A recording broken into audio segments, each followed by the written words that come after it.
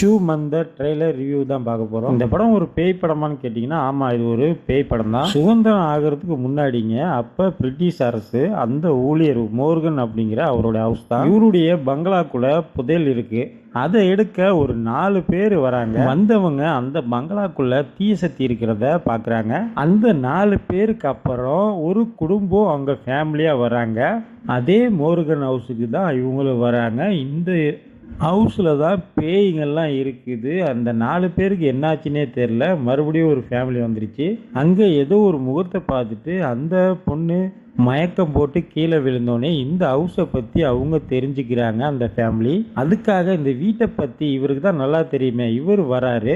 இவர் தான் ஃபர்ஸ்ட்லேயே இந்த புதையல் ஆட்டைய போகிறதுக்கு 4 பேரில் ஒருத்தவர். மறுபடியும் இங்கே வராரு. நண்பர்களுக்கு இவங்களுக்கு என்ன ஆச்சு அப்படிங்கிறத நினச்சி பார்க்குறாரு. அந்த பங்களாக்குள்ள பேயா புதையலா அப்படிங்கிறத இந்த படத்தை பார்த்து நீங்களே தெரிஞ்சுக்கோங்க. இந்த வீடியோ பிடிச்சிருந்ததுன்னா நம்ம சேனலுக்கும் இந்த வீடியோவுக்கும் ஒரு லைக்கை போட்டுருங்க.